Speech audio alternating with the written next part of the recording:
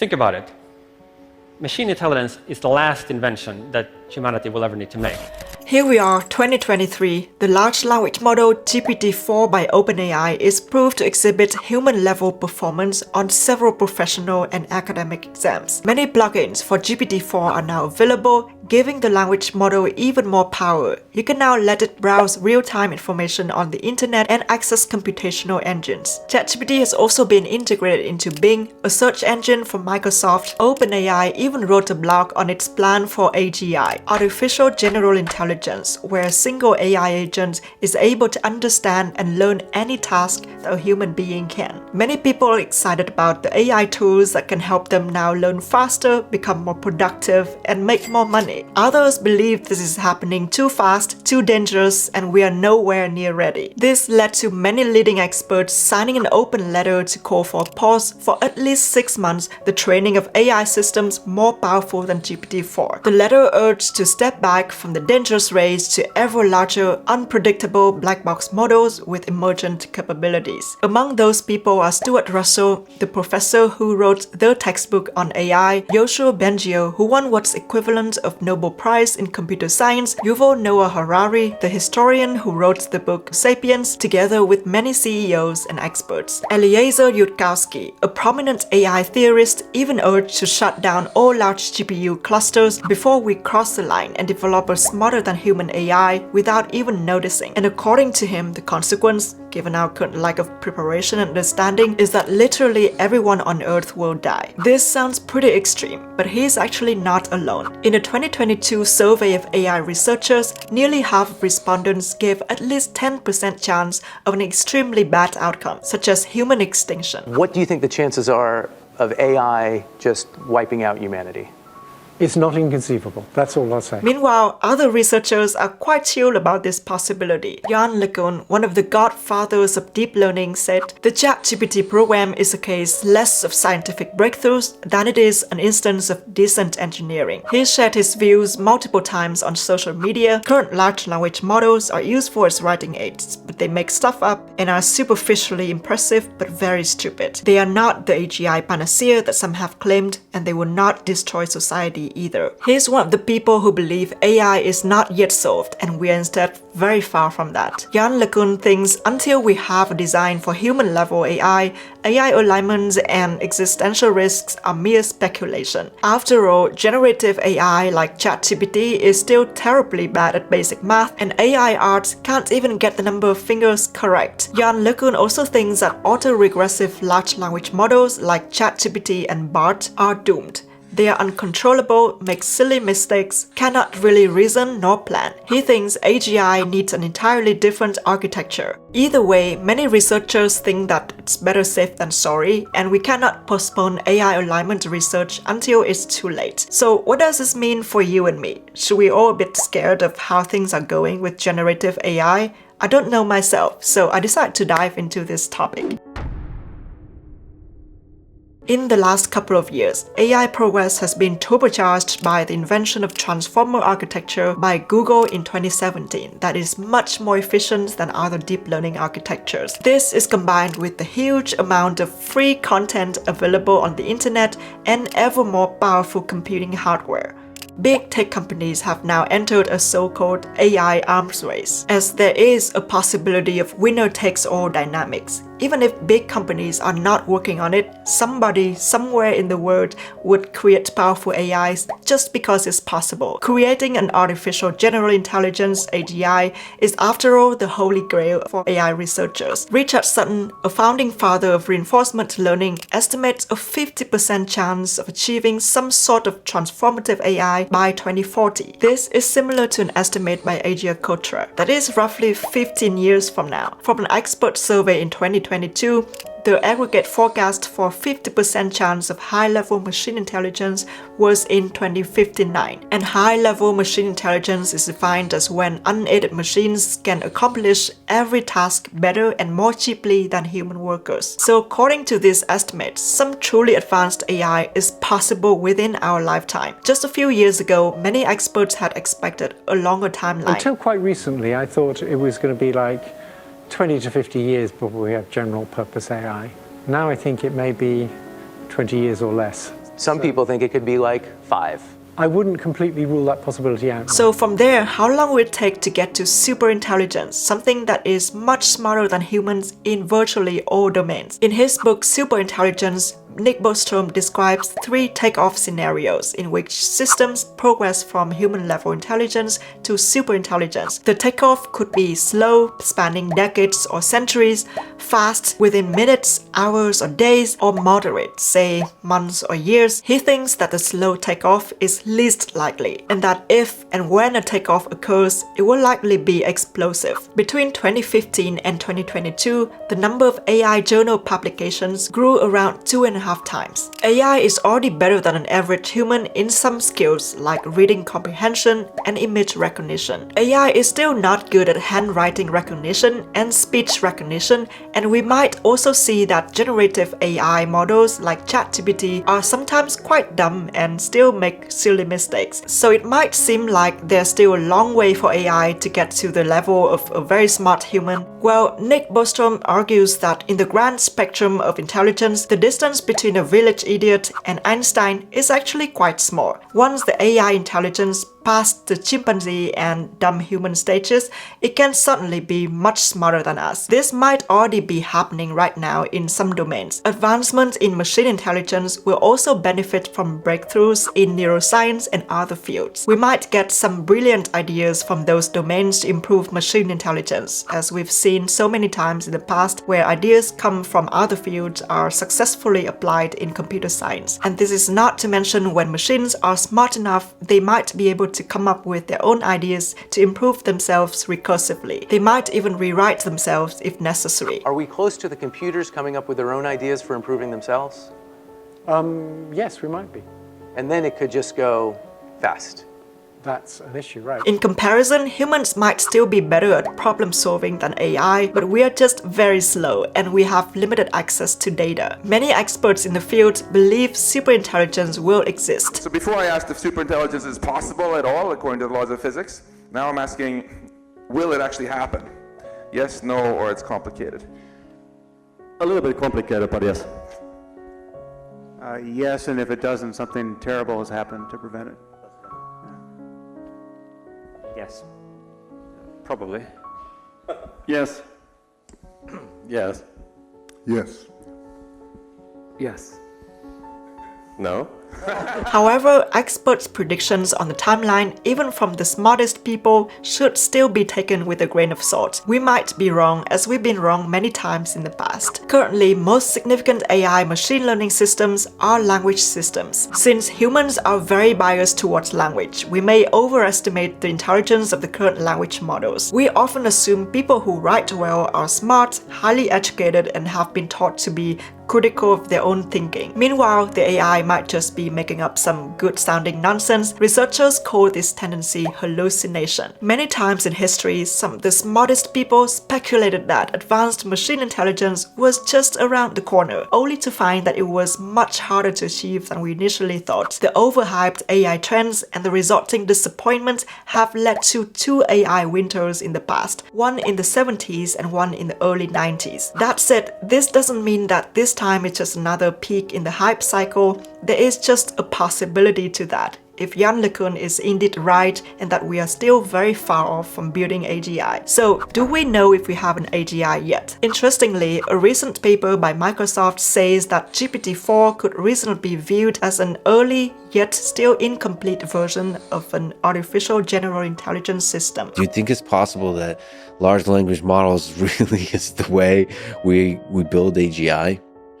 I think it's part of the way.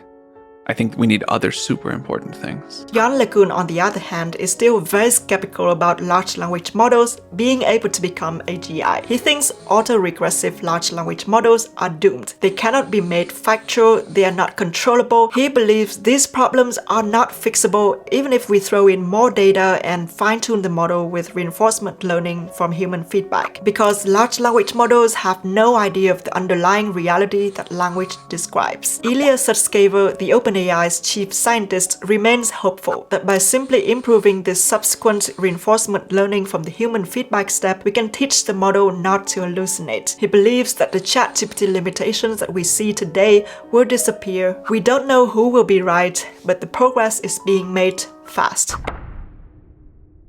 If we manage to build a benevolent and nice AI god, humans would enjoy healthier, happier, and more productive lives. But if we instead build an evil one, then it's possible we'd be living in some dystopia like what's described in 1984, or worse, we die. Far before we get Skynet and Hollywood Terminator-style robots, there are many immediate dangers we need to think about. Pedro Domingo said it best in his book The Master Algorithm. People worry that computers will get too smart and take over the world. But the real problem is that they are too stupid and they have already taken over the world. One problem is that progress in AI capability vastly exceeds interpretability. If large language models with billions of parameters is the way to build AGI, we currently do not know how to understand, let alone control these models. With such large neural networks, we can see the result, but the inner workings remain a mystery, or at least not comprehensible for humans. Yeah, I think this is a very reasonable concern, and is the main downside of circuits. So right now I guess probably the largest circuit that we've really carefully understood is at 50,000 parameters. And meanwhile, the largest language models are in the hundreds of billions of parameters. So there's quite a few orders of magnitudes in difference that we need to get past. If we are not able to understand, it seems like we are trying to create magic out of these huge models, and magic is not free.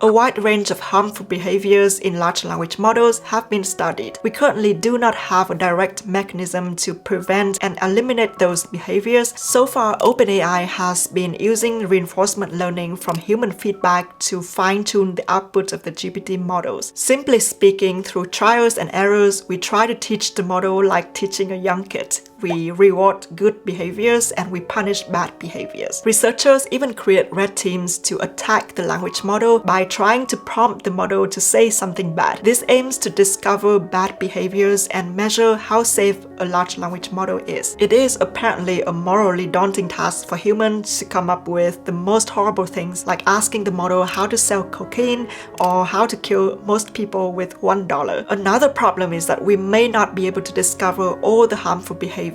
Some scenarios may require specific domain expertise that red teams don't have. We'll also discuss another pitfall of reinforcement learning later in this video. On the application side, poorly implemented chatbots have proved to be able to cause actual casualties. Recently, an AI chatbot app encouraged a user to kill himself. And unfortunately, he did. Many people using this app and other AI chatbots in the market even developed romantic attachments to their AI. This actually reminds me a bit of the 2013 sci-fi movie Her. Great movie, by the way. The only thing is that this scenario is no longer science fiction. Not that there's anything wrong with that, but we do not seem to figure out what to make of this. Another example, some Bing search users have reported to be threatened by the chatbot. There are also broader safety concerns. It is not new that AI models that are trained on biased data could perpetuate social biases and become toxic. One thing I'm particularly worried about is that these models could be used for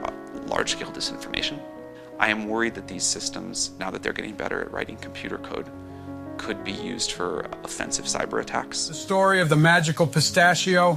I got lost in the grocery store and couldn't find my way out.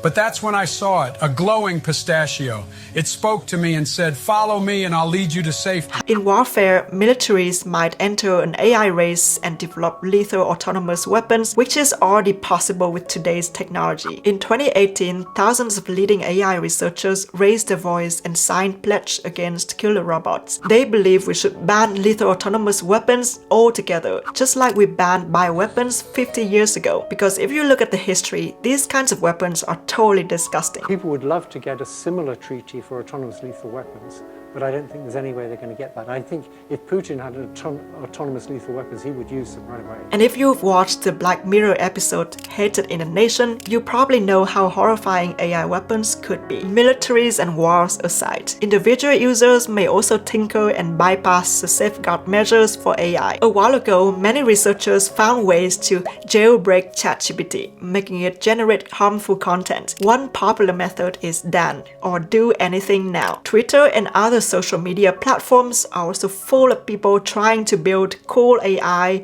using their access to GPT-4's API to skim up extra dangerous capabilities like self-improving, iterating on a goal autonomously, and get better at it every time. These experiments give an AI access to the internet real-time and the API keys to popular platforms. Users can even run the AI continuously without authorization. Use it at your own risk kind of experiments. There are soon going to be a lot of capable open source LLMs with very few to no safety controls on them. Even if those AIs are initially well-intentioned and are not meant to do any harm, one big danger is that they may behave unexpectedly and cause catastrophic harm. This brings us to the next topic, the AI alignment problem. A superintelligence may not have any reasons to hate humans. It's not necessarily evil, but it could be if it does not share the same goals with humans. The first time you fail at aligning something much smarter than you are, you die. According to Max Tegmark, in order to align an AI, we need to make it understand our goals, adopt our goals, and keep our goals. Goals that humans generally desire for an AI are, for example, honesty, helpfulness, and harmlessness. This sounds simple, but it's far from easy. An interesting recent paper by some researchers, one of them from OpenAI, argues that modern deep learning techniques for training AGI could cause large-scale risks due to several failure modes. To remind you, the techniques for training LLMs like ChatGPT include self-supervised learning on enormous amount of text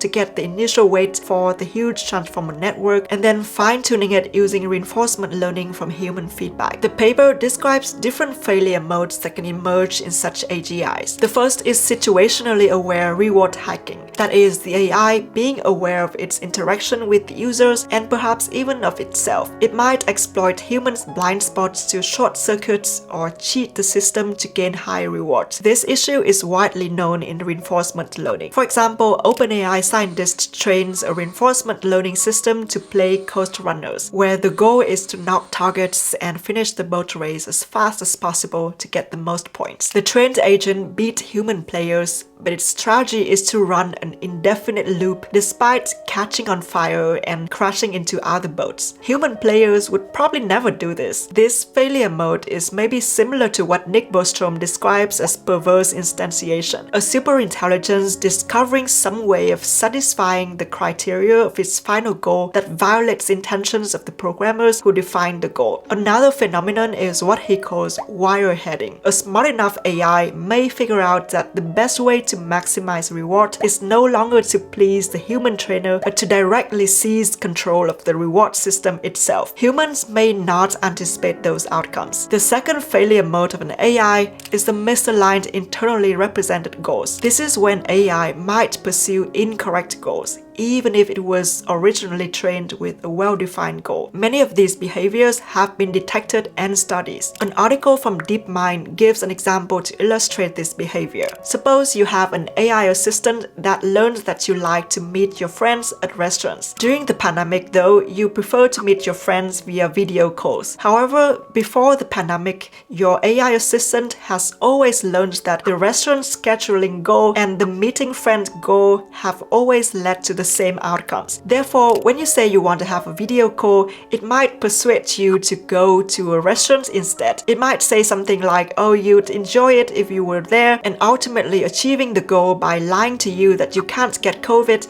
if you're vaccinated. So an AI assistant may try to manipulate you in some sense if its goals are misaligned. The third weird failure mode is power-seeking behaviors. An AI might realize that the best way to maximize the chance of achieving goals is getting more power, in broader sense. Stuart Russell phrases it as, you can't fetch coffee if you are dead. This is to say that even a simple goal for an AI like fetching coffee would entail survival or self-preservation as an instrumental sub-goal. An AI might do anything to ensure its survival, to avoid being shut down so that it can accomplish the goal. And this may cause catastrophic harm since, unlike humans, AI does not have the built-in biological or cultural reasons to behave with common sense and care about others. Other sub-goals include acquiring tools and resources, for example, via earning money, convincing other agents to do what it wants, for example, by manipulating them. Chatbots seem to be already good at this, or by forming coalitions with them. The paper also mentioned there is early empirical evidence that increasing the size of language models